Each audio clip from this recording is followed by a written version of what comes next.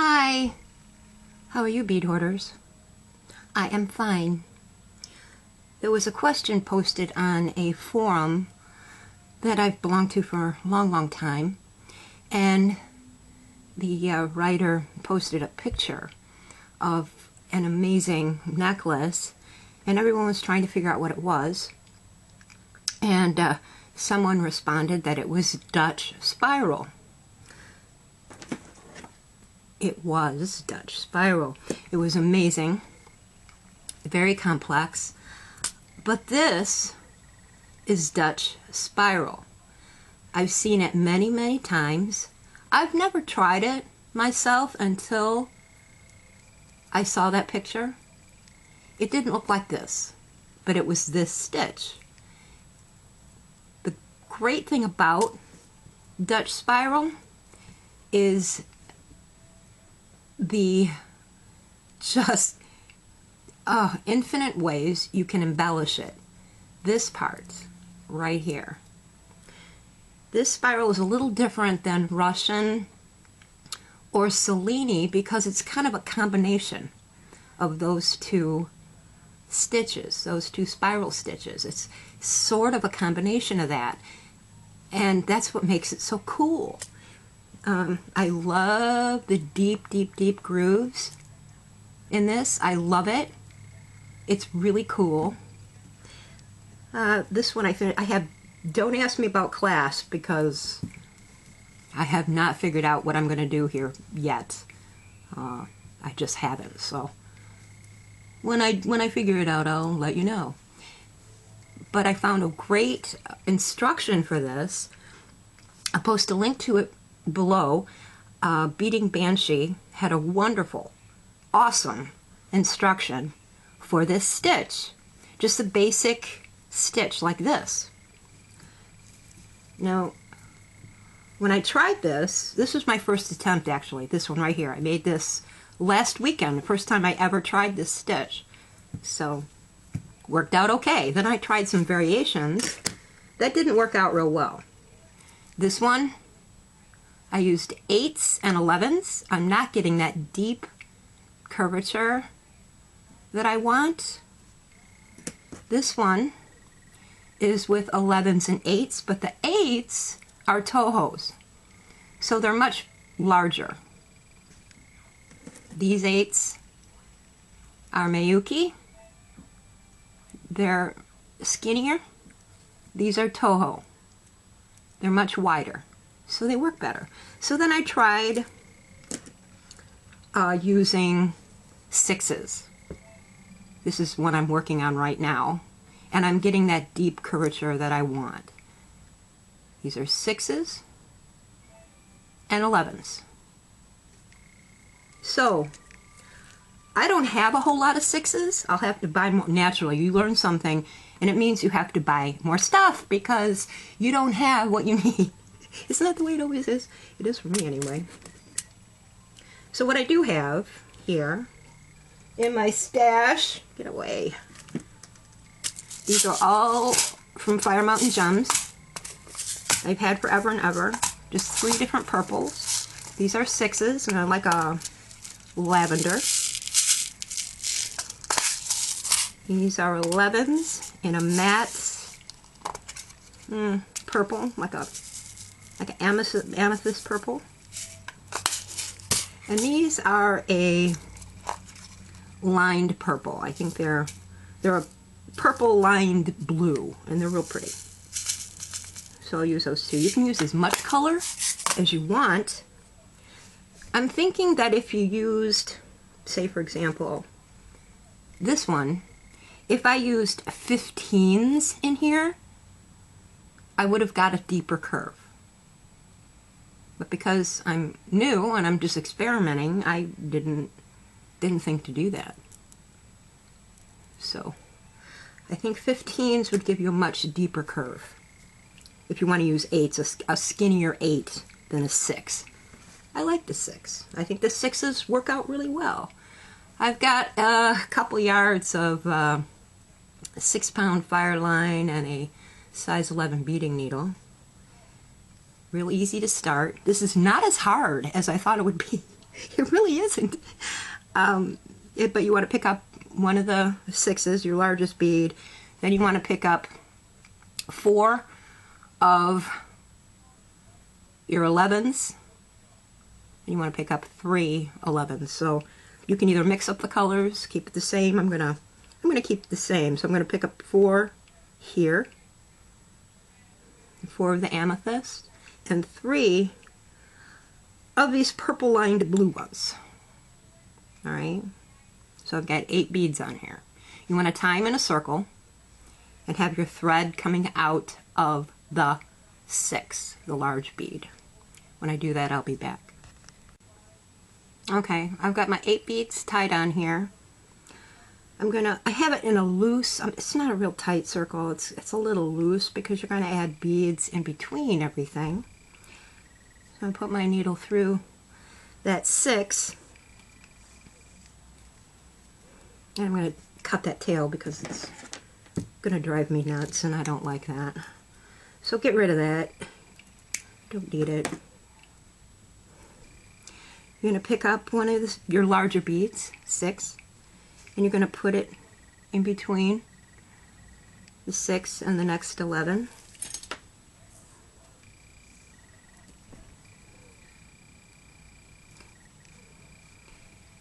And when you're working this, the bead that your thread is coming out of is the color of bead, size of bead that you're going to add next.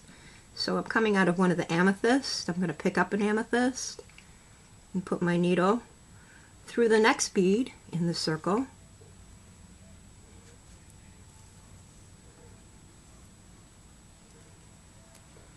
Still coming out of amethyst, pick up an amethyst, put my needle through the next bead.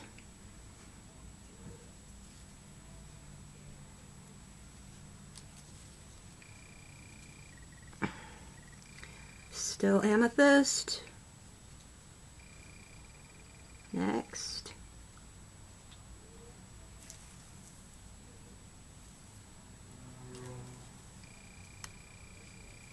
Try to get your beads flat in there. Still amethyst, so one more amethyst.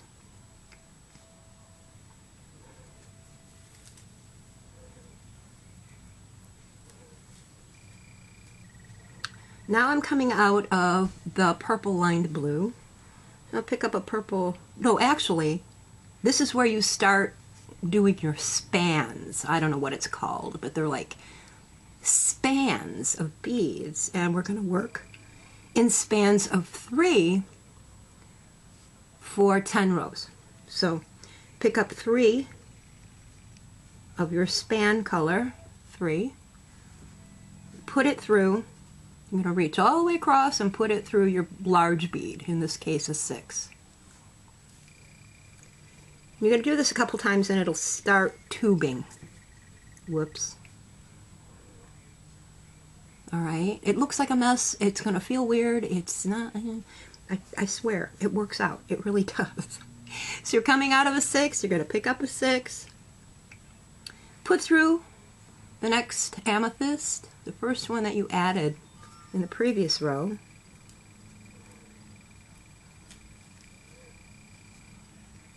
Okay, now we're doing work amethyst, and let me get rid of this knot. Just starting to develop because it's new thread. New thread loves to knot.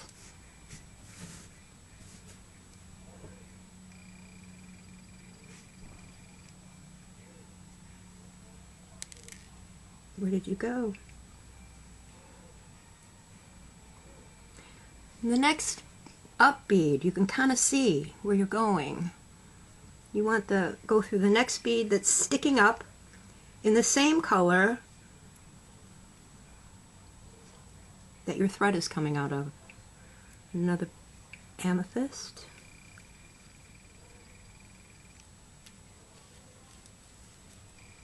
Keep things pretty tight. Next amethyst. So you're working in like a peyote and a span of beads. That's not peyote, it's kind of, but it's a span. One more. And because I'm back at my span of 3 beads, I'm going to put my needle through the first bead in that span of 3.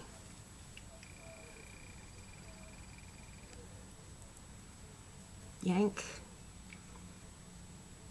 I'm going to pick up back at our span, so we're going to pick up 3 of the purple lined, cross all the way over into the 6.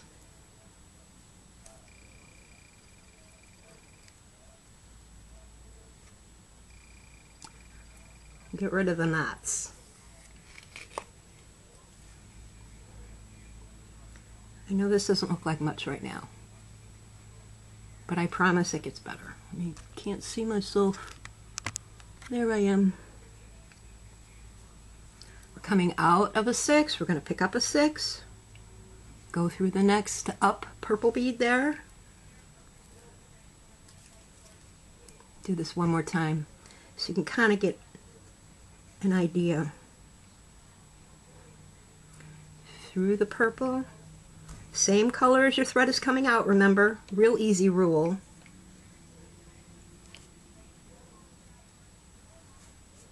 It's with any kind of spiral, that is the general rule. You pick up the bead that your thread is coming out of.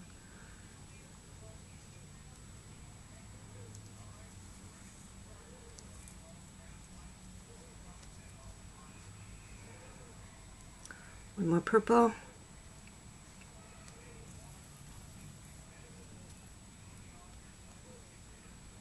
I'm back at that span of 3. Pick up a purple because my thread is coming out of the purple, and put my needle through the first bead in that span of 3.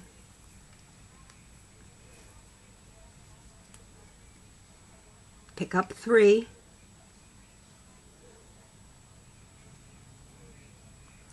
Reach all the way back over to your 6.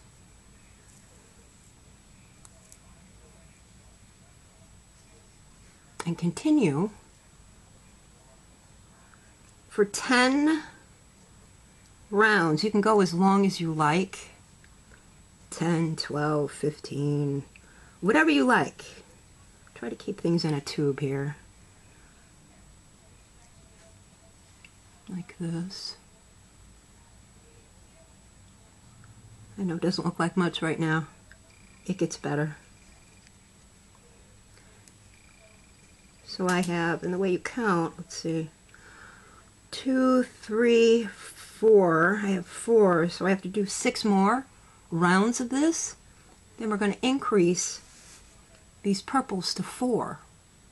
10 more rounds with 4. Then you're going to increase to 5. 10 rounds of 5, increase to 6, 10 rounds of 6. Do you get the idea? Real simple. So let me increase some of this. I'll be back. Okay. My last purple into that 3. I've got 10 rows of a span of 3. 10 of those spans of 3 here. Now I'm going to increase to 4. And everything else stays the same. The only thing that changes is your count here in the bridge. Or that span, or whatever you want to call it. I don't know what it's called. I don't even know if it has a name. So you pick up 4 of those purple lined blues. Go through the 6. You're going to do that 10 times. Everything else is the same.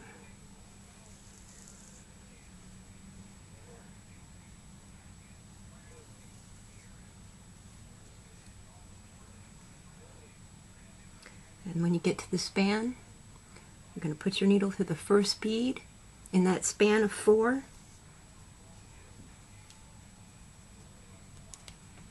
Pick up 4. Go through the 6, the size 6, your big bead.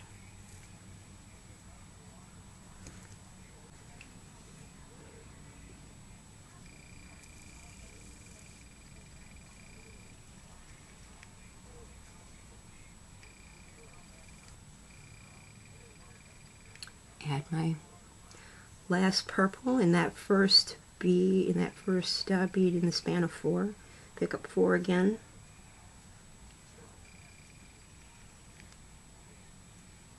Go through the 6. And you can really see the spiral starting to develop now. That graduated, wavy, curvature you get. It's amazing, that organic, amazing, viney curvature is all from adding beads in your span right here.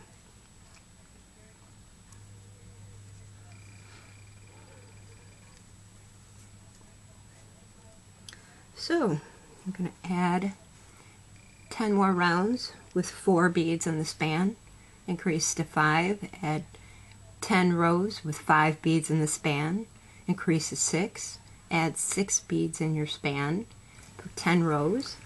Okay, I'm getting ready to increase. I had a catastrophe right here. I don't know what happened. My thread got caught on something. I just pulled everything apart. I think it'll be okay. I should have gone back and tightened. I didn't realize I was so loose right there. One more. This purple bead in. Put my needle through the first bead in the span of 4. And now we're going to increase to 5. 1, 2, 3, 4, 5. All the magic, all the action happens in these spans. That is what you have to keep in mind. These spans of beads that you're adding, that's where all the action is. That's where you add all the stuff, where you do all the magic is in there. I've been playing with this for a week. And that is my assessment of this wonderful stitch.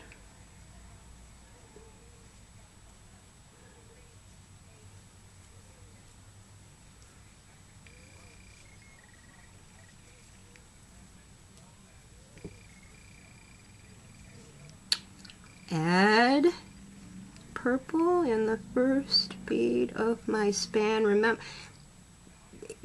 sometimes you get confused and you want to add a bead in the row below it. Don't do that. Make sure you're in the right row when you're adding your last bead in that span. So it can be hard to see. Pick up 5 more. You're going to add 10 rows again of these spans. Or you can add 11 or 12 or 15, or you could add 8, or you could add 5, or I haven't tried it with anything. I tried it with some really short counts and I did not like the result. It was really bad. Looked terrible. So I'm still learning this too. But I love it. It's beautiful. 6, remember to add a bead. The bead you want to pick up is the same bead that your thread is coming out of.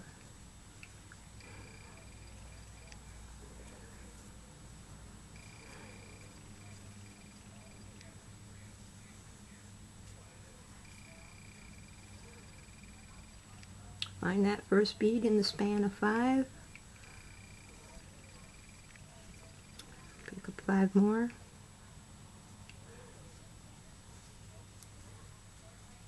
Through your big bead, your 6. So I'm going to work this up until I'm around, I don't know, maybe, where am I here? I'm at 13 beads in my span on this one. I don't know how far I want to go. Maybe 15, maybe 20, I don't know. Let's see how big I can make it. I think that'd be kind of cool. And then when you're ready to finish, you start decreasing. Decreasing all the way back down till you get back to 3 beads. This one I think is I forget. I think I added 15 at the longest span in this one.